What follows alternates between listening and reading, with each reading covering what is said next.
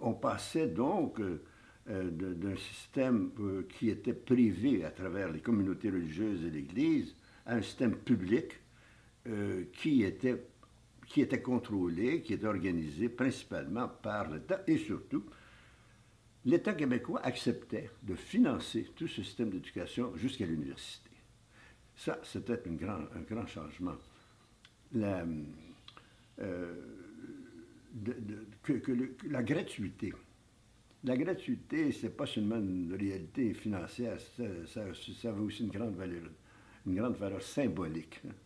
Ça témoignait du désir d'ouvrir tout l'enseignement à tous, euh, indépendamment des ressources financières de la famille. Et aussi, du même coup, d'ouvrir l'enseignement aux filles autant qu'aux garçons, aux régions autant qu'aux grandes villes. Euh, et c'est dans cette perspective-là que, que la Commission a proposé la création des cégeps. On est toujours menacé par l'utilitarisme hein, et se préparer au marché du travail, etc., ou à l'entrée à l'université.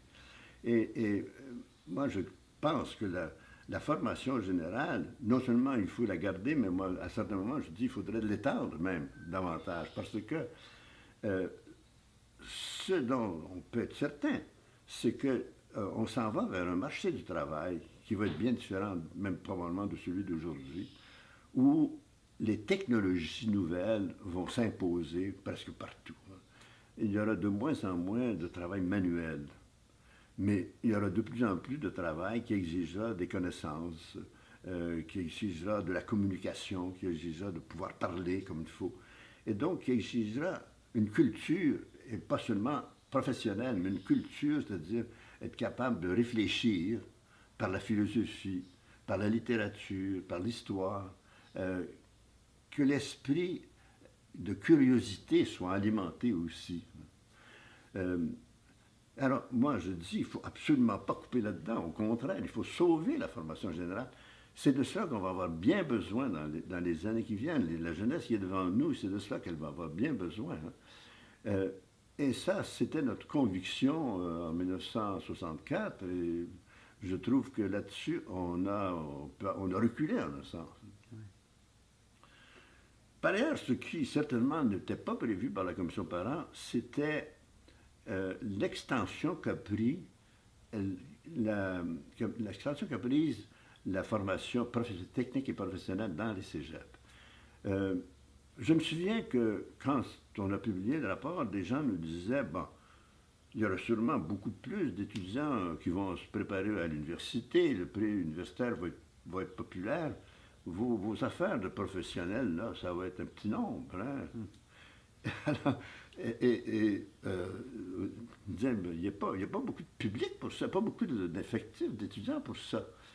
Alors, ce qui me frappe 50 ans plus tard, c'est comment les cégeps ont eu beaucoup d'imagination pour ouvrir des orientations professionnelles, comment les cégeps, en région en particulier, ont su s'intégrer et s'ancrer dans le milieu, travailler avec le milieu, euh, avec les besoins du milieu, de la région, euh, alors que les collèges classiques étaient fermés sur eux-mêmes. Les collèges classiques n'avaient aucun lien avec leur environnement. Le séminaire de Rimouski, ils vivaient dans le séminaire de Rimouski. Ah ouais. C'était tout. Il n'y avait pas de contact avec la ville, ni avec les campagnes, avec rien. Tandis que votre cégep est remarquable par les orientations professionnelles qu'il a développées, par les liens qu'il a avec l'activité économique, culturelle, sociale de la région. Et ça, c'est allé au-delà de nos prévisions. Euh, et ça fait la force du cégep aussi, parce que je pense que les sections, toutes les orientations professionnelles font que le cégep est devenu, pour le Québec, est devenu indispensable. Il est indispensable pour l'avenir. Euh, c'est pas tellement la partie préuniversitaire, à mon avis, qui sauve le cégep, c'est maintenant l'ancrage du cégep par les orientations professionnelles et par l'ancrage aussi dans le milieu.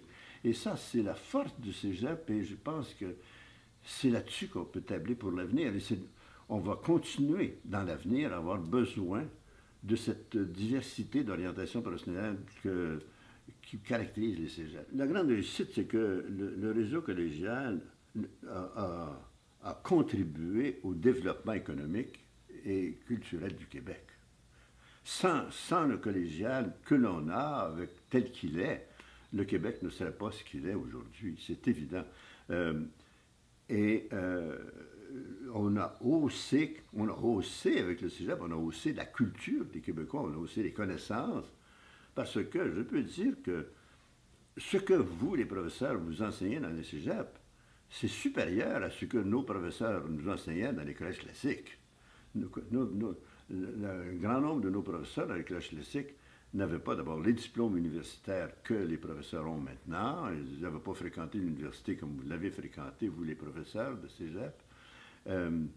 Ils enseignaient dans des matières où ils étaient monétairement spécialisés. Hein.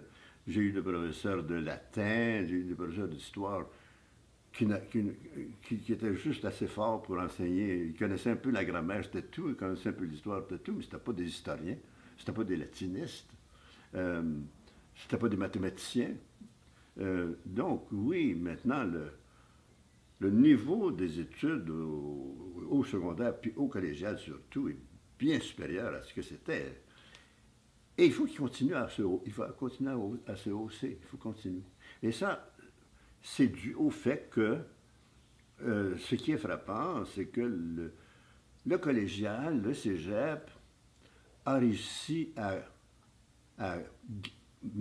garder un corps professoral identifié au cégep. Et ça, c'est un phénomène, à mes yeux aussi, un peu inattendu.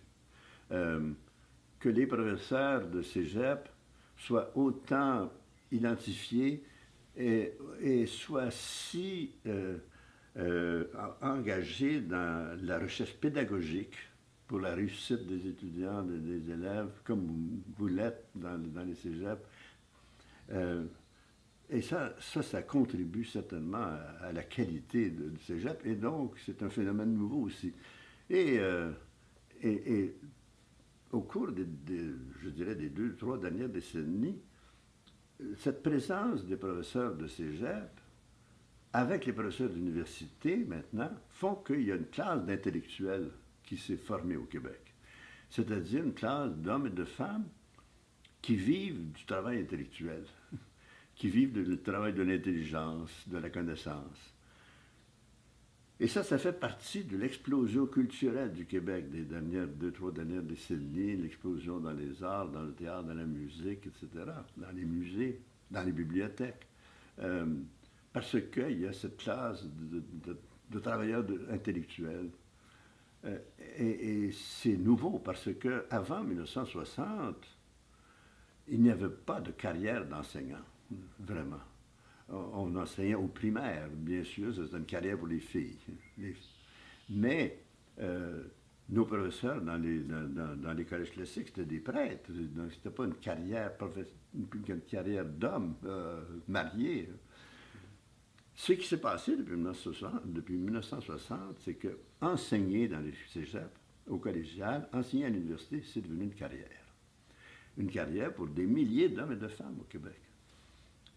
C'est un phénomène sociologique très important, une nouveauté, et qui a une grande influence, d'autant plus que ce qui me frappe, c'est que les professeurs de cégep, beaucoup plus que les professeurs d'université, sont engagés dans le milieu. Ce sont des citoyens engagés. Beaucoup de professeurs de cégep, je trouve, sont en lien avec des activités militantes, avec des milieux de changement social, avec des organisations. Et il y a donc dans le corps professoral de cégep